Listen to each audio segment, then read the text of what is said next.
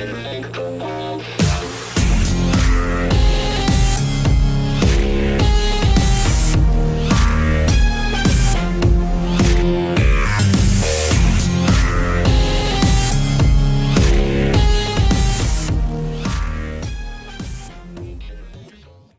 next to last panel is our sanctioning bodies panel, and the first thing that we need to do is we need to give a gold star to our first member down on the end, because Jason Rittenberry's got perfect attendance at RTBC. Jason, why don't you introduce yourself?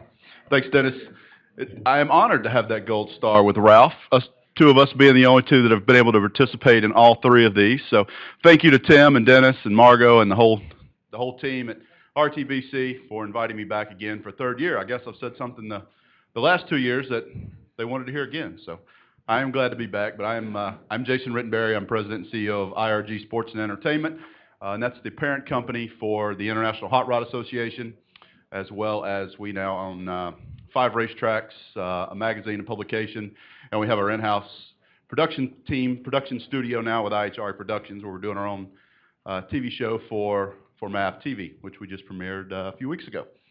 So we've got quite a bit going. I know a lot of you in the room, and those of you that I've known for a while know that before I was in this position, before I headed down to Palm Beach, I was president in Memphis at Memphis Motorsports Park. So got a little bit background in lots of different types of racing, NASCAR, road racing, dirt track, and now obviously in pretty deep with drag racing as the CEO of a sanctioning body. So hopefully I can say something that's meaningful today from the sanctioning body perspective. I've spent most of my career on the racetrack side. So just glad to be here and glad to be on this panel with these folks. So thanks, Dennis. We saw Lisa earlier today because you won an award, young lady. Please introduce yourself. Appreciate it, Dennis.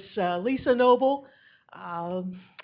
Been a part of motorsport for most of my life. When I was a young kid, I had a friend that took me to the racetrack, and very literally, as I walked to the gate, I stopped and said out loud, "This is what I'm going to do the rest of my life." So I feel very fortunate to have had this experience to run through the SCCA in all manner of jobs and opportunities, from timing and scoring to grid up through region administration, board of directors, and again, lucky enough to sit on their board for 6 years, and then was in a very, very tough fight for the president's job, the CEO job, and I have been at that for the last year.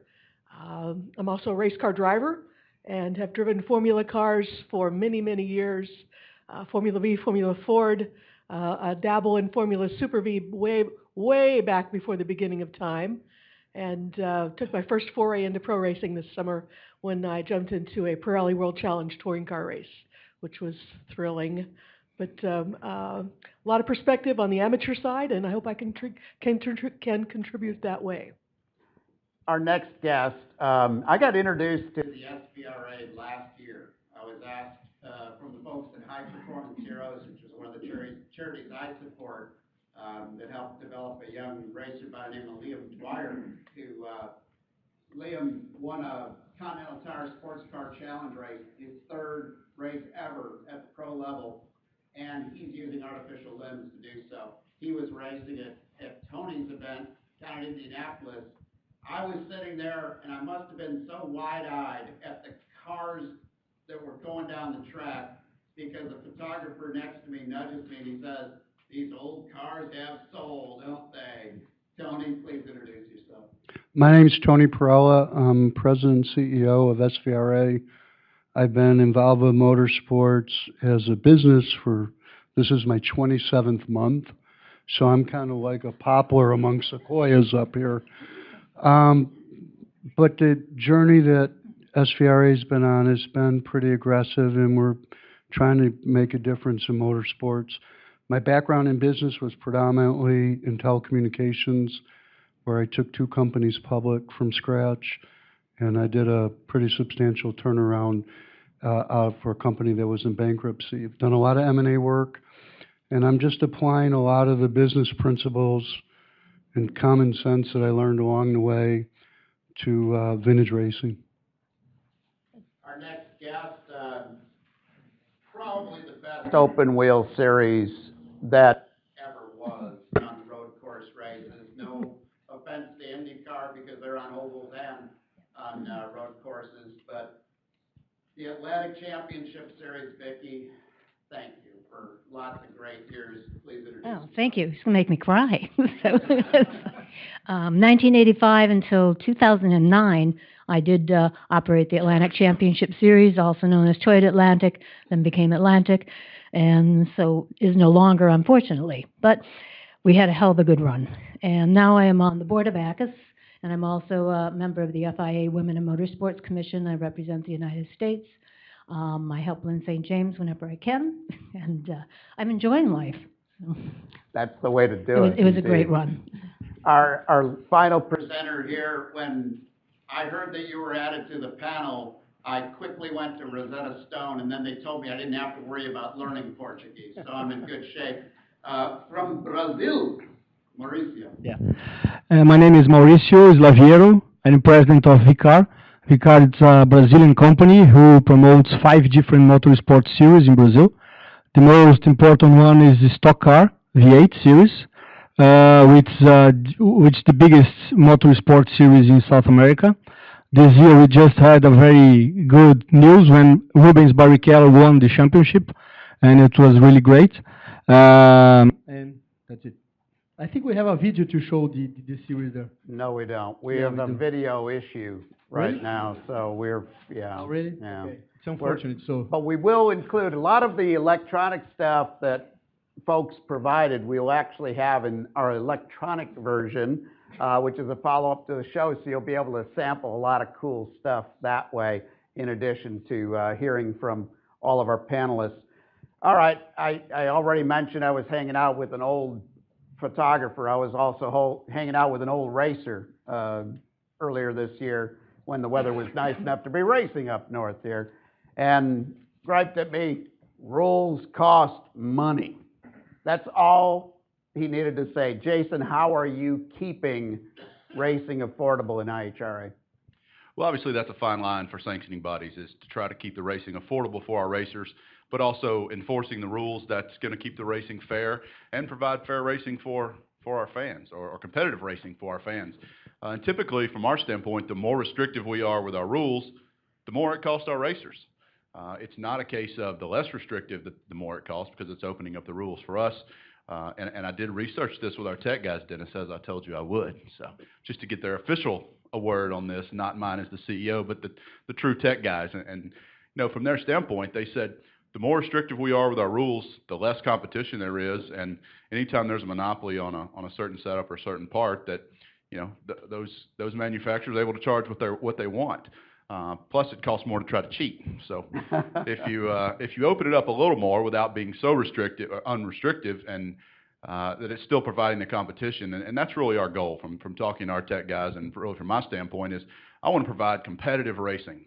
I want side-by-side racing, which is sometimes can be challenging in drag racing when you're talking about bracket racing. But from a heads-up perspective, we want it to be competitive. We want it to be side-by-side. It's no fun watching one car go down the racetrack and the other one, they're at the finish line, or excuse me, at the starting line. So, from our standpoint, we really try our best to keep it as competitive as possible. But understanding that our guys are not professionals, from the most of our racers are the grassroots racers, and it's from their standpoint, they're doing this as a hobby. So we can't price themselves out. They're not all professional racers. They're not doing it for a living. So really finding that fine line and that balance, and we have a whole team of guys that do that, and that's what they do over the off season, as I'm sure it is with every sanctioning body up here. That's that fine line that they're trying to navigate of keeping competitive, but also affordable for our grassroots guys to race week to week. Lisa, how is SCCA keeping racing affordable? We have a little bit different process in the club. Our boards, our rules are made by committee of members. So and our solo programs are made by the Solo Events Board, and on the club side, the club racing side, it's the competition board or the CRB. And these are competitor groups, so they have a stake, they have a personal stake in what the rules packages that they put together, because it affects their racing personally. Appreciate your comment about having tighter rules, being less competitive. For us, our best classes, our most competitive classes are our spec classes. So a driver knows exactly what he's getting into. He knows what he or she knows what they're going to spend, what it's going to cost for a season. And the spec classes are really our entry level. And those are the focuses for club racing. On the autocross side, we've just gone back to some very open rules for street tires and made those classes more competitive. So taking drivers off of our comps and putting them onto more affordable street tires has been a huge game changer for us on the solo side, resulting in hundreds of entries across the country this last year. Tony, you might be vintage racing, but people strap into the race car, all of a sudden they get real competitive. How do you deal with keeping people from going crazy and outspending the competition and kind of losing what the whole concept of SVRA is all about? The rule package is certainly a work in progress right now, but I think we've done a lot right. When I bought SVRA, there literally wasn't even a tech director on board, so it was more of a, if you brought a race suit and had a seatbelt, you could probably go racing. There really wasn't much focus on car setup. We attacked this by just enforcing the rules that had been on the books for a long time, and we really do a real tech inspection, but the tech inspection revolves around basic principles of brakes, tires, displacement, and weight. If you get those four right, you're keeping them somewhat in a level playing field for the class or group of cars. But when you have 4,000 plus entries over a year at 18 different events, I would need an army bigger than this room to really scrutinize the cars the way some of the professional circuits do.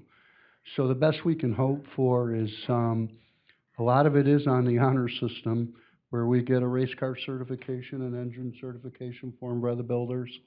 We do a legitimate tech inspection annually, and keeping them from outspending each other. They're racing for a coffee cup.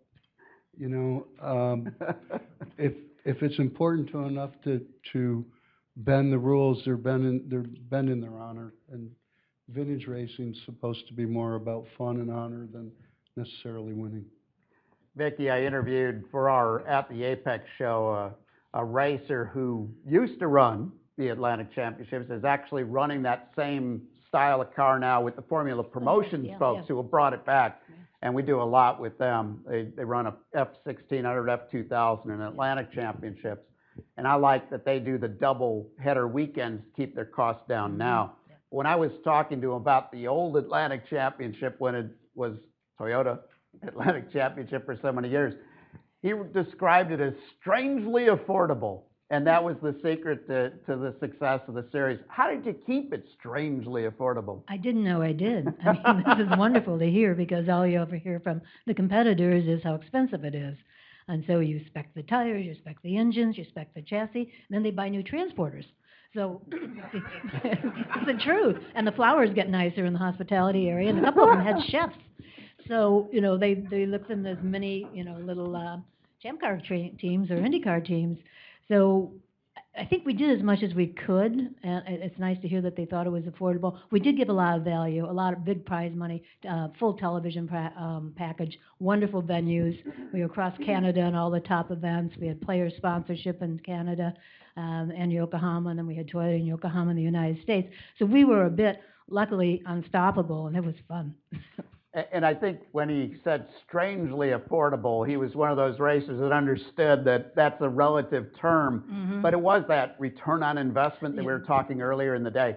For what you guys gave them, you gave them a lot of bang for their buck, and I think that's what the racers really appreciated. Yeah, I would agree with that. And it was the sponsors that helped that, believe me. I just happened to talk them into doing it. Okay, Mauricio, how they do it in Brazil? Well, in Brazil especially, it's very hard. Everything, I mean, most of the parts that we have in our cars are imported from the US or from Europe. But after 1998, 1999, that our series almost ended, because Chevrolet, who were the biggest sponsors of the series, they decided not to be anymore. And then we had to do something different really to keep the series growing, and to keep the series, I mean, as important as it was and it is now. So we changed most of the things. So now the car is made by only one company. The engine is spec as well. The tires, even the springs, the shocks, I mean, the brakes, most of the car are really spec. So this really brings to a lot lower costs than we used to have, and a lot lower cost than we could have now. Of course, that since the series is a professional series, and like we have 17 teams and 34 cars racing in the series, and I would say that at least 26 or 27 drivers are paid drivers. So some of them, the top 10 drivers, they make like more than $500,000 or to $600,000 a year, and the top 3, they make more than $1 million a year. So Barrichello, who just won the championship, Caca Bueno, they make a lot of money. So of course, for them, if we had a lot more technology on the car, if we spend a lot of more money in technology, would be great. And we always have to fight, you know, between what the teams want, what the drivers want, and what the sponsor wants, because they want to pay less. The teams want to make more money, and the drivers want more technology. So this is really hard, but this is the way that we are doing, and so far is doing well. Our next question is part of our lightning round, so you guys are getting the idea. Short is sweet and appreciated by the timekeeper.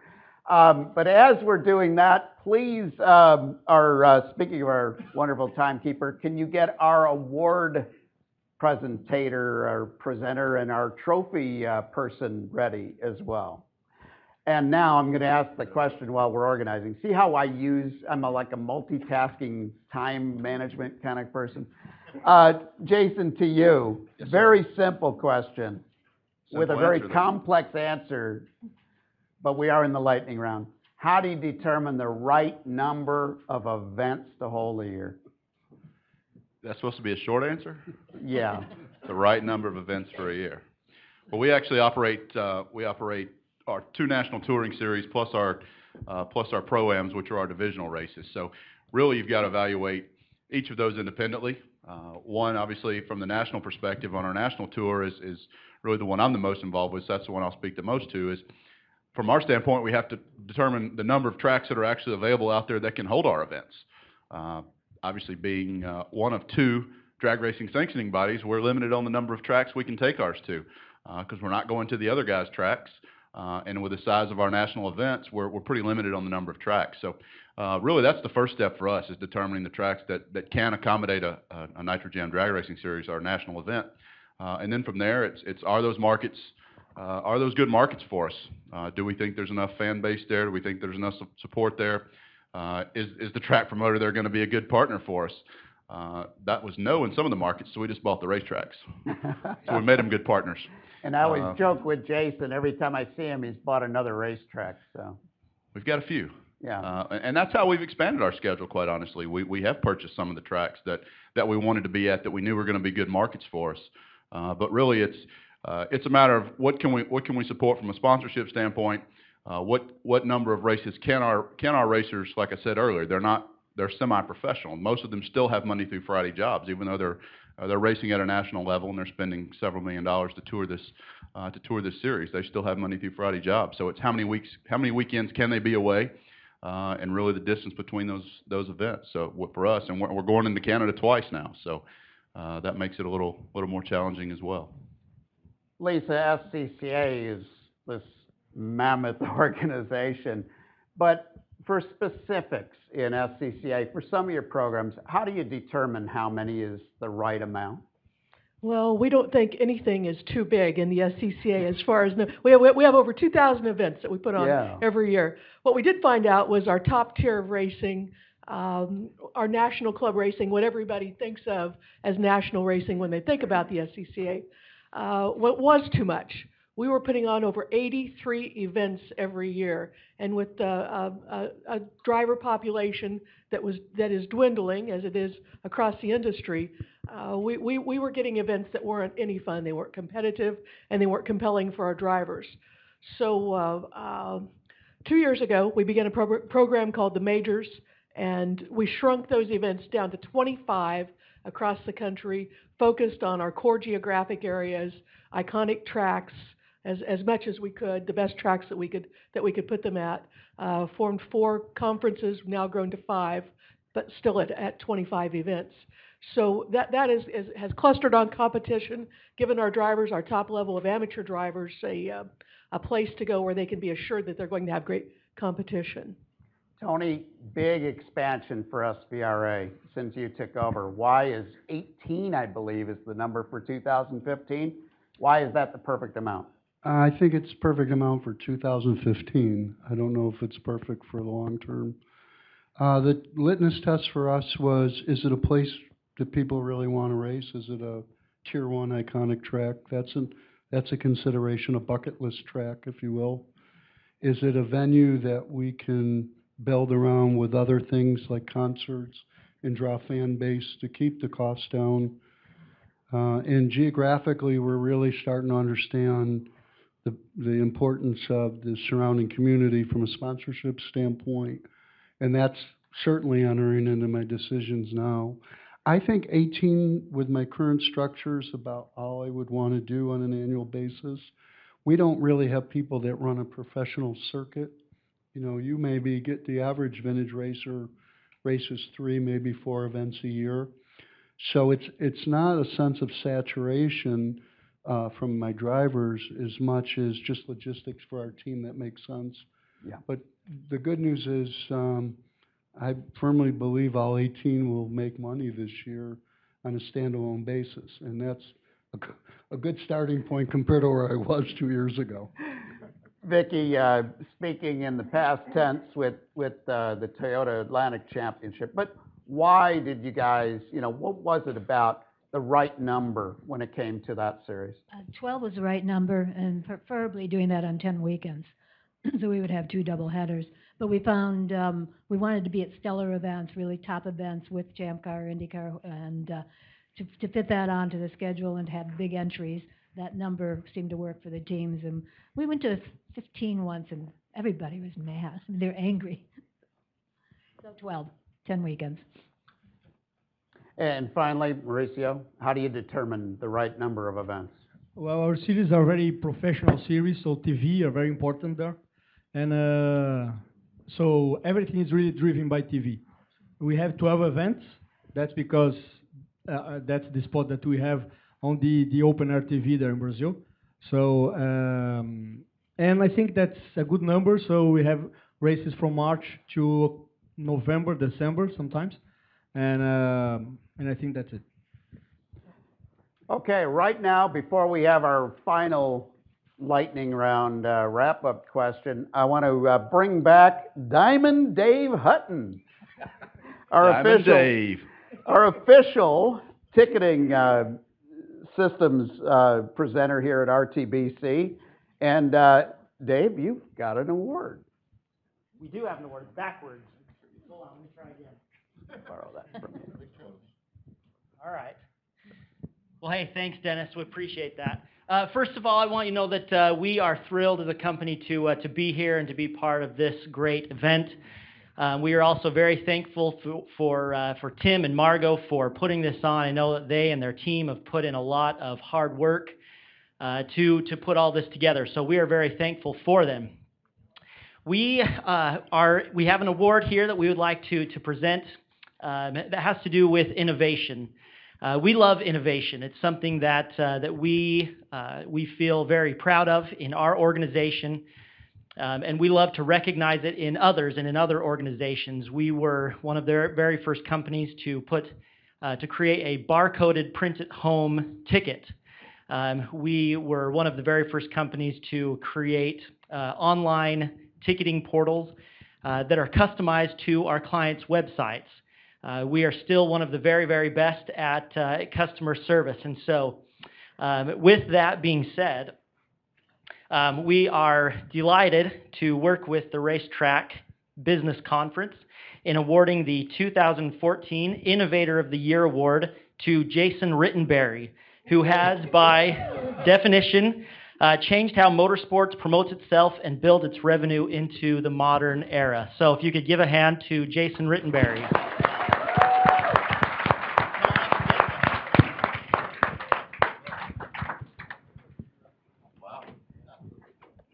Congratulations, yeah.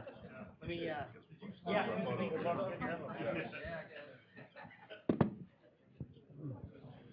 No, he didn't know that. We'll figure out a way to get this home for you. Don't think it's going to put my cherry on.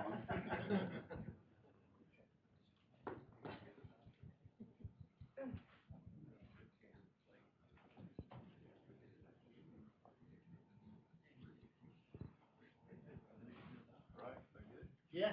One more round of applause for Jason Rittenberry.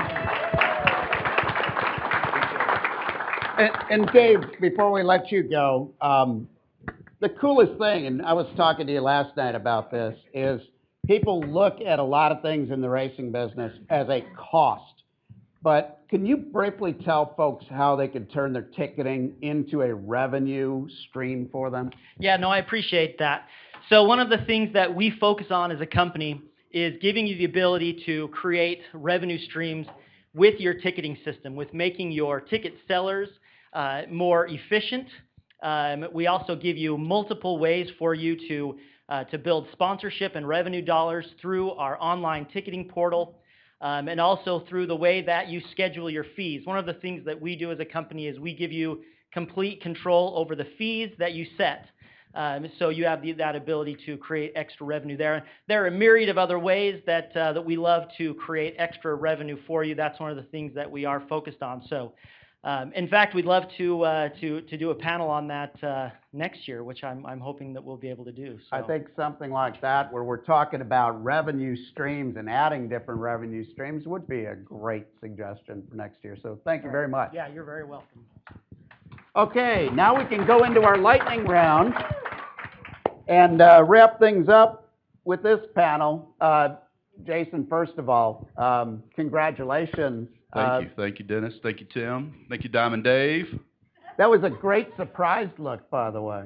Well, I was scared because I saw somebody coming around here behind us on the stage. It always scares me somebody's coming behind me, but I knew it was Diamond Dave, so it was okay. But yes, that was, I'm very honored. So thank you all thank you to Tim and Margot and to Diamond Ticketing. The Dave Hutton is his real name, not Diamond Dave, but we tabbed him Diamond Dave. He has his own hashtag at dinner last night. And Jason, you've added a new role in addition to all of your others, that co-executive producer on a TV show now. Is that even tougher than running a racetrack or running an organization? Well, it's a lot more fun, I can tell you that. Really, honestly, I'd never been involved with television to the extent that we have this year. Been involved with some Pinks All Out episodes and working with those guys in the past, and Pastime and a few other Speed Channel shows, but never to the extent that we have now. And we started out the season, quite honestly, we started out with a production company. We hired a production company to do it, and after the first two events of the year, I saw some of the footage and just going through the ideas, and I was sitting down with them sharing our vision for the show, and this is what we wanted to do with this show, and this is where we wanted to take this show. I didn't want it to be a drag racing show with 30 minutes or an hour of cars going down the track side by side. There's plenty of those enough on television now, and nobody's watching the ones that are on now. So I didn't want to put another one of those on the air. So we really wanted to focus on the personalities and the people and the racers and what it took to get to the track from week to week. And that really was just not the vision we were getting from that production company. So we parted ways after the second race of the year, and we formed our own in-house company with IHRA Productions. And so now we're doing it all in-house. And while it is a lot more work on our side, we do have complete control over that show. And so if you watch the show and you don't like it, then don't tell me. But if you do have watched the show and you do like it, then it's really a different direction that we're going with the show. Really trying to focus on the racers and the personalities and making it entertaining and make you want to tune in to watch from week to week and not just this is what happened and this is over and this is done and we're moving on to the next event. We're really trying to carry a storyline over from week to week and follow the racers and follow the teams through the season. And we've been getting really good feedback from our racers, from our partners, from our sponsors, which is the most important part other than the viewership, but the sponsors that are helping to pay for it. But it is a fun job. It is a fun role. It is fun sitting down week to week before we go into each of these events and saying, these are the storylines we want to focus on this week. This is what we want to make sure we get on camera. And then after the fact, sitting through hours and hours of an editing booth of really getting down to the final storyline of what we put on the air. So it's been a lot of fun. I've learned a lot this year. The product, I'm fairly happy with the product that we've got coming out. The last episode or two have been better than the first two for sure, because we were able to get our own footage versus footage we really had to work with from the production company we started out with. But looking forward to season 2. We've already signed up for season 2, so we'll be back with the second year of the IHRA Nitro Jam on math. Our other award winner, Lisa, you have done such a great job of taking an iconic brand like SCCA and really doing a great job in your leadership role. Final thoughts from you, please. Yep, it all starts at the grassroots for us. We've begun broadening the definition of what we think of as competition.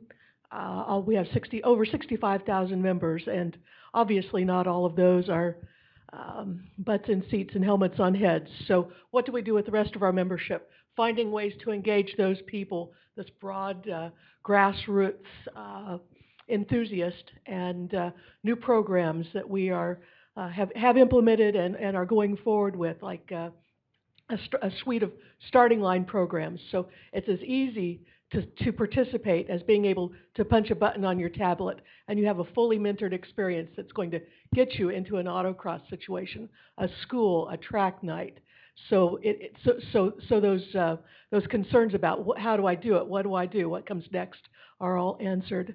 And because we have a lot of track owners here today, I'd like to mention another program that we have called Track Night in America, and this will roll out in 2015. We did a pilot this fall, but Track Night in America is our foray into track days and the track trial world as a national organization. So 15 to 20 tracks in 2015 across the United States, 4 to 6 months out of the year, and 1 to 2 nights every month at those tracks. So we'll be touching thousands of enthusiasts, giving them that one button touch, how to get started, taking the angst of getting a street car out on the racetrack, and hopefully giving them an experience that will enthuse them into further participation in motorsports. And on Race Talk Radio, we're already making a commitment to do more grassroots coverage on our road course racing show. Just fallen in love with all of the different, grassroots, just average, working guy or gal get in that race car. It's a great story. Everybody's got a great story to tell. So we're looking forward to telling that story with you guys next year. And appreciate it. There are tens and hundreds of thousands of people that love the automobile, and we need to find ways to get those into our organizations. Tony, every year I put together a calendar for some winners over at Race Talk Radio with various racing series on it. This year I added the SVRA dates because I want more people to know about vintage racing. Final thoughts from you today. First of all, I was honored to be here. SVRA is very much a work in progress. I think if we had to evaluate where we are today, I think we finished the first quarter by laying out the footprint that we have nationally for our schedule. But that's truly the beginning. Where I really believe SVRA will go to become part of a mainstream motorsports in America, much like NHRA or SCCA or IndyCar. Wrong HRA there, Tony. And become a household name. Sorry about that.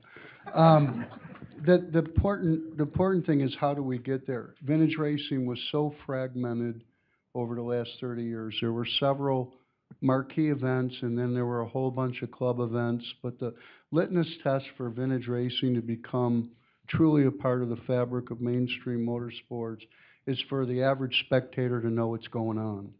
If you today walk down the street and ask 10 people in Indianapolis, Chicago, Dallas, New York, LA, it doesn't really matter.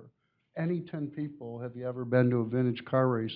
They won't even know what the hell you're talking about. So the only way that will change is for us to take the footprint that we built, commercialize it with sponsors, which is second quarter of the game, which we are actively pursuing now, and we have the scale to justify the sponsorship, and the demographic of racers to justify it. So I think we've laid a good foundation to commercialize it, and then get production together, get it on TV. And once we're on TV, the exposure will be there in conjunction with social media, grassroots efforts with car shows, and the awareness will raise. Because what I consistently hear when they come to an event, this is awesome, I love it, I didn't know you guys did this. And so if we solve the riddle of the exposure and people understand it, I think vintage racing will be very relevant in this country. And that, frankly, is what I'm setting out to try to do. It's not something that you'll do in a year or two. It's something that will take time. But as I said, the first quarter's in the books, and from my perspective, we're where we should be at this stage of the game. And I'm hooked. I'm doing a monthly segment on At the Apex on SVRA as well. Vicki, your final thoughts. Actually, Dennis, I'd like to say thank you to you, to Margot, and to Tim. I'm on an overload of information. This has been a fabulous, fabulous day. I've been at every presentation. I just want to commend you, and I hope that I'm honored to be here, by the way, and I hope to see you next year. Mauricio, you get to have the last word, and then you got to share with us how to say victory in Portuguese. Victory, you say Vitória. Vitória? Vitória. So it's pretty Vitória. close. That's easy for me. I can do that easy. one. Well, first of all, I'd like to thank everyone. It's really great to be here and can talk just a few minutes about the Brazilian motorsport. Our series is growing a lot. We have now 25, 26 million people watching our races on TV in Brazil. More than 500,000 people attending the races. Our other series are also doing very well. Formula 3. When we took the promotion of the series last year, who knows about Formula 3 knows that it's almost dying everywhere in the world. But last year we had like 8 cars only racing. This year we had an average of 18 cars racing Formula 3 in Brazil, so it's really good. We started this year to promote the Mercedes Challenge series. It's the first time that Mercedes has official single series in the world. Then they choose Brazil to do it. It's a car made by AMG in Germany. So I think we are doing well there. Of course, that the economy is not really in the best shape, especially in Brazil, but things are doing well. And once again, thank you for being here. It was an honor. Let's hear it for our sanctioning.